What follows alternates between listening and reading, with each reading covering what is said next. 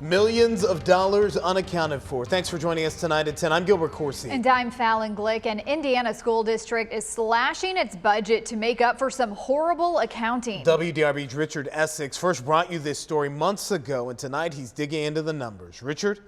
Well, Scott County School District 2 overspent millions of dollars. The board fired the person that they say is responsible. Now that very same board is facing some tough decisions and a lot of cuts.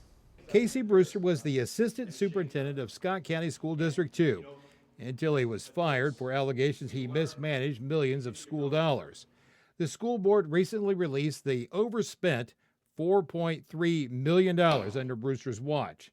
In order to get out of the financial hole, they are making cuts. We really hate that this is what we're going to have to do, but we have to get back in the black, and we have to take it back down to where we can financially afford it. According to the school's website, the board has outlined a 3-year plan to get back into the black.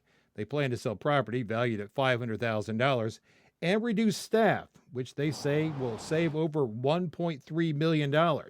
Most of those positions are coming from the pre-K programs.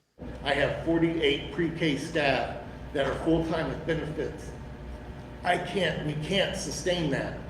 We're $1.3+ million in the hole annually. I don't know what else to do but to try to trim it back and make it work. And if we can somehow turn the corner, we'll build it back. Additional cuts are coming from insurance for administration, closing the school's health clinic, and additional cuts to staff. According to the school's website, enrollment is down and the administration must cut staff, creating a slight uptick in student-to-teacher ratios. The school board has said that they have no plans to cut extracurricular activities or sports.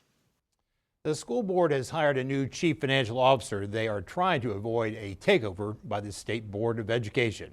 With photojournalist Josh Horton, Richard Essex, WDRB News. All right, Richard, thank you. Mayor Craig Greenberg voiced his frustration today about crime in Louisville and called on the city's judges to step up and do more. Well, WDRB's Lindsay Allen has reaction tonight to that statement from a retired judge who is saying not so fast. Yeah, and guys, Mayor Greenberg sitting down this morning with WDRB Mornings today for a wide-ranging interview that included addressing the city's crime problem. So right now, Jefferson County has tallied at least 93 homicides so far this year, a pace that rivals the deadliest years in recent history. And all too often, the victims, they are young, they are teens. LMPD reports out of nearly 200 shootings so far this year, 47 of the victims have been between the ages of 11 and 17. So with all that in mind, Greenberg says he wants judges to hold violent criminals accountable, keeping them in jail and off the street. I believe if someone is using a gun to try to kill somebody, to shoot somebody, their punishment should be measured in years. And so that's something that we're working with the judiciary to understand the impact on that individual, on the community, on the families. It also needs to be a deterrent to others. We cannot accept gun violence in our community.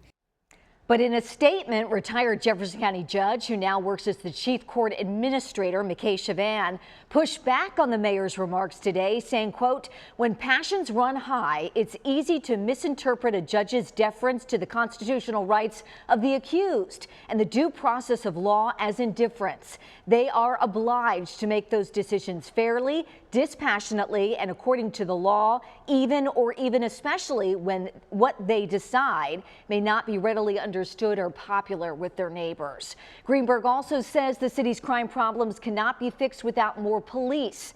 Right now, the city is still short some 250 officers. Now, the mayor also talked about the status of the city's consent decree with the federal government. More on that coming up in our next half hour. Lindsay Allen, WDRB News. Lindsay, thank you. A chunk of East Louisville wants to separate itself from the city and is explaining what that would look like.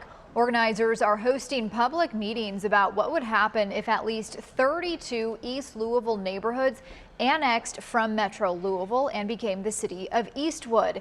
It would incorporate neighborhoods along Shelbyville Road to the Shelby County line and stretch out to the Gene Snyder and down to parts of Taylorsville Road. Organizers say it would slightly increase taxes, but give them more control on development. It would also create its own police department, which some say is the biggest reason it supports the idea. And we had a home invasion in our home in 2020. We were home. Guy came through the window. He didn't care. And it took the police, and God bless them. I mean, I know they're really busy, but it took 22 minutes to get to our home. Not everyone is on board with the plan. Signs have popped up along Shelbyville Road near Valhalla opposing the annexation. After a deep cut that hurt riders, Louisville's TARC bus routes are expected to get a makeover. Mayor Craig Greenberg saying that TARC has hired a national consultant to gain efficiency. The consultant will look at where people live, where they need to go, the current routes, and new routes that may need to be added. It comes as TARC cut nearly half of its service at the start of the month in the midst of a financial crisis. Greenberg says a first draft of a proposed new route system will be unveiled later this year, and then the city will gather input from people who ride the bus. Mark Weinberg's WDRB weather forecast has the seal of approval from the American Meteorological Society. Active weather this evening and more severe weather is possible tonight. What a day. The structure of the storms today, I mean, we got so many pictures of people seeing wall clouds and shelves and funnels across our area. It was an incredible day. Now, in terms of damage, thankfully, we're really not getting a lot of reports. We had some damage out of Oldham County earlier near the Goshen area. We still have this tornado watch in effect until midnight, but the Weather Service has started to trim it back. But you can see there are still thunderstorms ongoing now. So we've got some rain right now as we look towards around the Seymour area, and it's really heavy as we move down 65. So Scottsburg, south through around Borden, into Metro Louisville. And the rain right now in Louisville will be heaviest near Prospect. But what's spreading across PRP right now is really, really heavy rain. That extends southward through around the E-Town area and Munfordville. But is any of this showing signs of being severe? The answer is right now it's not. The rain and thunderstorms that we saw earlier did work over the atmosphere here just a little bit, which is a good thing, and it's taken away some of that fuel. We're at 81. Our winds have now shifted to the south. The thing today we knew all along is that those winds would be east and southeasterly. And what that would do is basically make every thunderstorm out there rotate, and that is exactly what happened.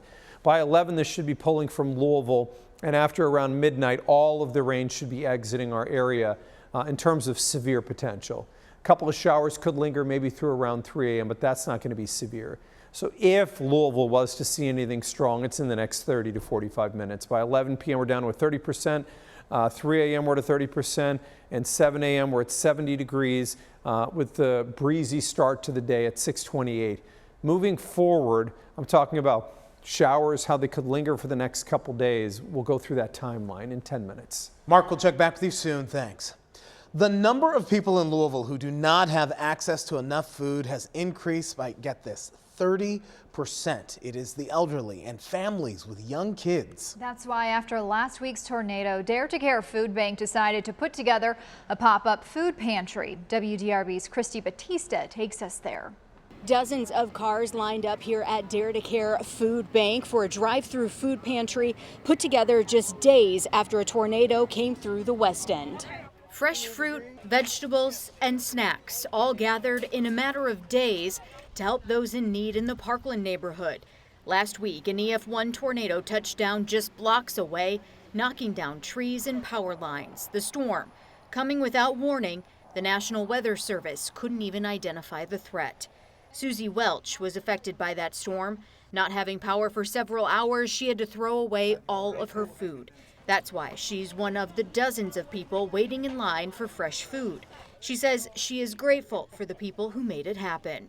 All these storms we've been having lately and power been going out, I've been losing a lot of food. And this time I think I just looked up and happened to hear about this. And I was like, yes. I made sure I was going to be here at 2 o'clock. Now I can go home and eat some fresh vegetables and drink me some milk because I love milk. Dare to Care volunteers went door to door letting neighbors know about the pop-up pantry. Organizers say they will assess the need to see if they will host another one in the coming days. With photojournalist Jonathan McEmber, Christy Batista, WDRB News.